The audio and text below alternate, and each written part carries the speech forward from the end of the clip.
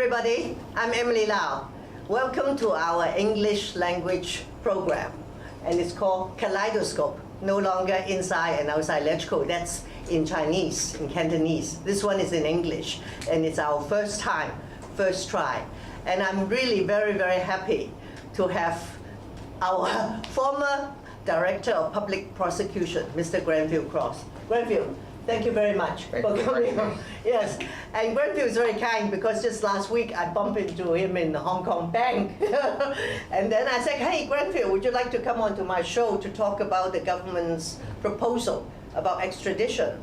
And then just before the show started, Grenville reminded me that he had actually appeared on my show before, but that was almost 20 years ago. When was that? 1998. 98. Yeah.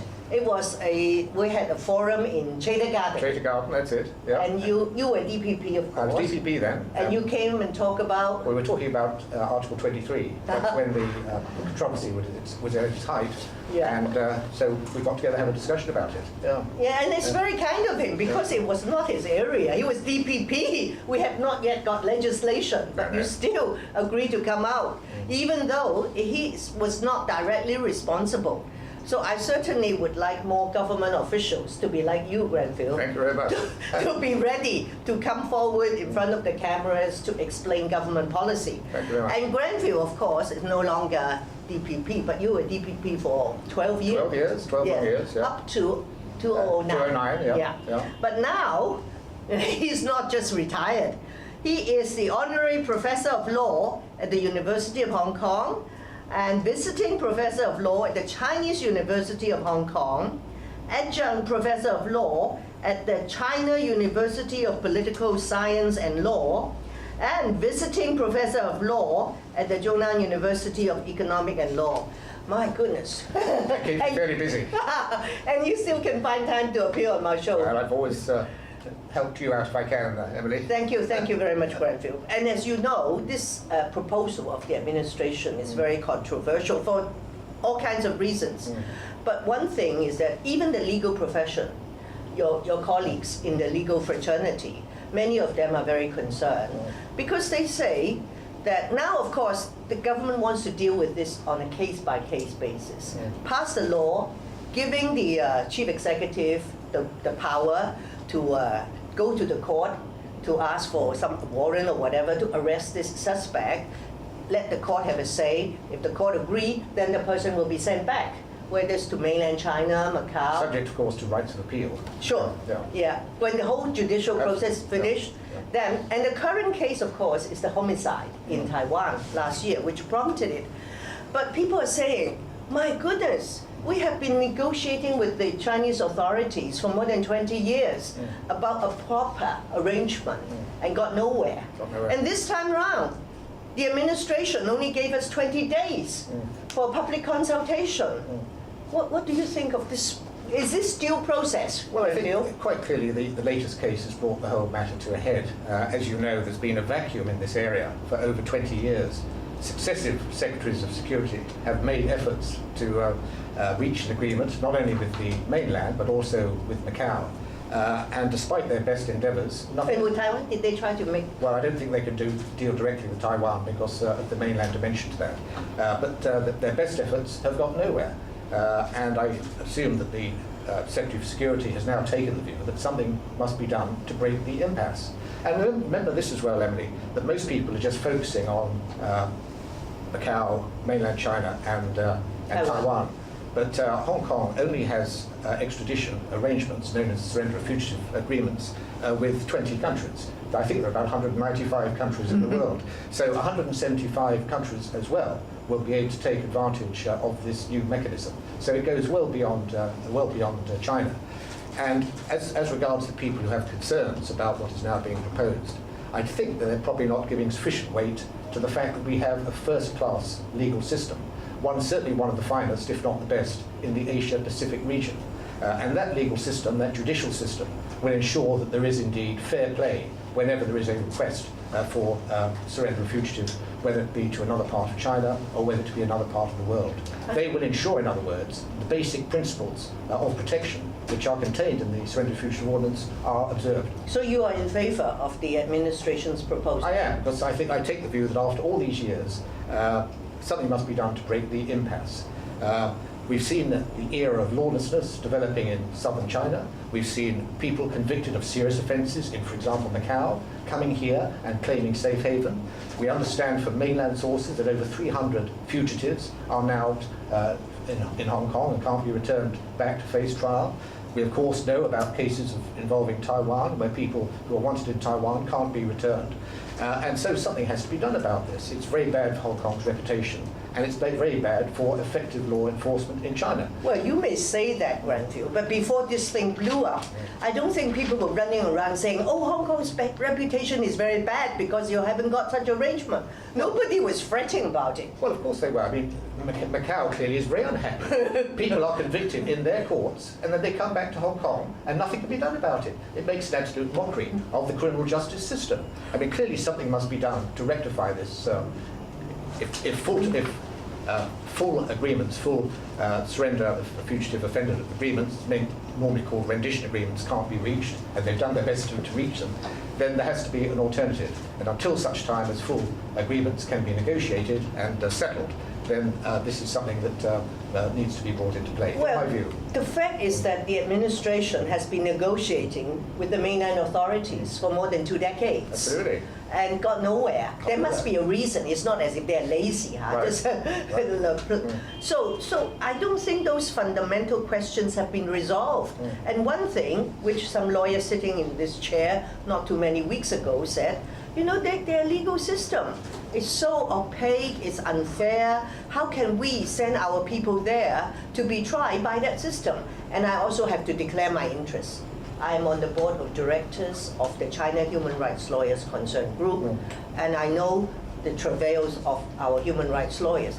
I mean, their system there is rotten. How can you send our people or anyone in Hong Kong over there to be tried? Can they get a fair trial? Well, there's two principal points that I'd like to make. The first is, don't forget, please, that China has negotiated extradition agreements with 40 other countries, 40. And they include some of the prominent democracies in the European Union, such as France, such as Spain, such as Portugal. And they also include democracies here in Southeast Asia, such as Thailand, such as the Philippines, such as South Korea. So those countries are able to Don't talk about the Philippines. Really. No, those countries are able to negotiate a return of fugitives with mainland China, subject to the necessary guarantees. And if they could do it, then it's wholly illogical that Hong Kong should not be in a position to do it, given that Hong Kong, of course, is an integral part of China. Now, that's the first point. And in fact, there's one other point arising out of that. Often, when the European countries return fugitives to mainland China, they seek guarantees as to the sentence. For example, a man called Yao was sent back from Bulgaria just last year. This was the first time a corruption suspect had been sent back from Europe to China for corruption. He was a county-level official who was being wanted for bribery. And the Bulgarians asked and got an assurance from China that if they sent him back, he would not be executed. And indeed, some years ago, there was another case in America where a man was sent back. This was again in relation to fraud, bank fraud. And the Americans asked for 2 conditions. One, that he be properly treated. And secondly, that if he was convicted of the offence, that he should not receive more than 12 years imprisonment. Those guarantees were given by the Chinese government, and he was duly returned. And of course, probably the most famous case is that of Lai San-shing in Canada. He was wanted in relation to various offences That in took Xiamen. about more than 10 years, isn't it, in Canada, Well, the judicial process. He fought it for about 11 years. 11 years. But eventually he was sent back, again after China gave an assurance to the Canadian government that if he was sent back, he would not face the death penalty. So many times people are sent back, you see, on strict understanding, strict conditions, and China has obliged, and so far as I'm aware, it's always adhered to the undertaking. You should talk about Canada. You know there are 3 people from Canada in China, and they cannot get access to their lawyers or to the consulate people and to their relatives. Well, it's very interesting you should say that, because if you read John Lee's proposal, he actually addressed that very point. He said, in addition to the specific guarantees which suspects have under the Surrender of Fugitive Ordinance. He would also consider adding additional requirements, such as if they are sent back, you must undertake to provide legal representation, and you must undertake to allow families and lawyers to have access to the person prior to trial. So John Lee has actually considered that very point. And of course, this doesn't just apply to China, it applies to other countries elsewhere. And I hope it applies to the human rights lawyers. Yeah. I certainly hope it applies to them. Some of their friends and relatives are watching. Well, and they are furious because they've been stripped of all their rights. Complete lawlessness. Well, as you know, one of the safeguards which is contained in the Surrender of Fugitive Ordinance is that no one should be sent back if the offence is of a political nature.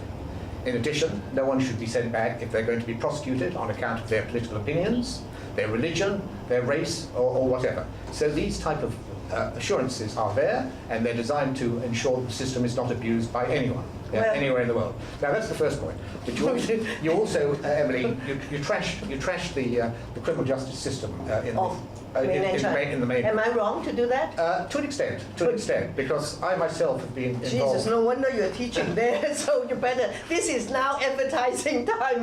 What do you want to say about the criminal system? In recent years, the mainland system they've been trying to modernise it, and they've studied our system, and they were impressed by our system and the British system and other systems in the Western world, and they've taken on board some of the things that we do. For example, they now insist, well, the law has now been passed since 2013, that courts should not allow a confession into evidence unless the prosecution have first of all proved that it was made voluntarily. So they learned that from Hong Kong, they learned it from England. And you mean they actually put that into practice? Our human rights lawyers' cases. That's there in the law. Is it in the law? Yeah, of course. Their legislation is written much better than our laws, but it's never implemented. Do you not know that? Well, at least it's there in the law, which is a step in the right direction. Oh, but it's been in the law for years. No, it hasn't, just 2013. I mean, in the past, if you study Chinese criminal justice history, you will see that the emphasis was on whether the confession is true, not the means by which it was obtained. If it was true, then it didn't really matter how it was obtained. Actually, but the focus has now changed, Emily, and the focus is now on whether the statement was made voluntarily, and the Supreme Court is doing its best to enforce that. You're quite right; that's not always observed, and it certainly takes time to change mindsets. But nonetheless, that is now the law, and the courts are expected to follow it. And Grenville, I know. Well, you just go on and on. You let me come in a little bit. You know what we've been told in the past, and also right now is. If someone is arrested in the mainland, they say, why? Of course you are guilty. If you're not guilty, you would not be arrested. That's the mentality. Well, fortunately, the mentality is changing. Changing. Of course it is changing. It's a long process. Now, and let me mention one other thing as well, because you were trashing the legal system there.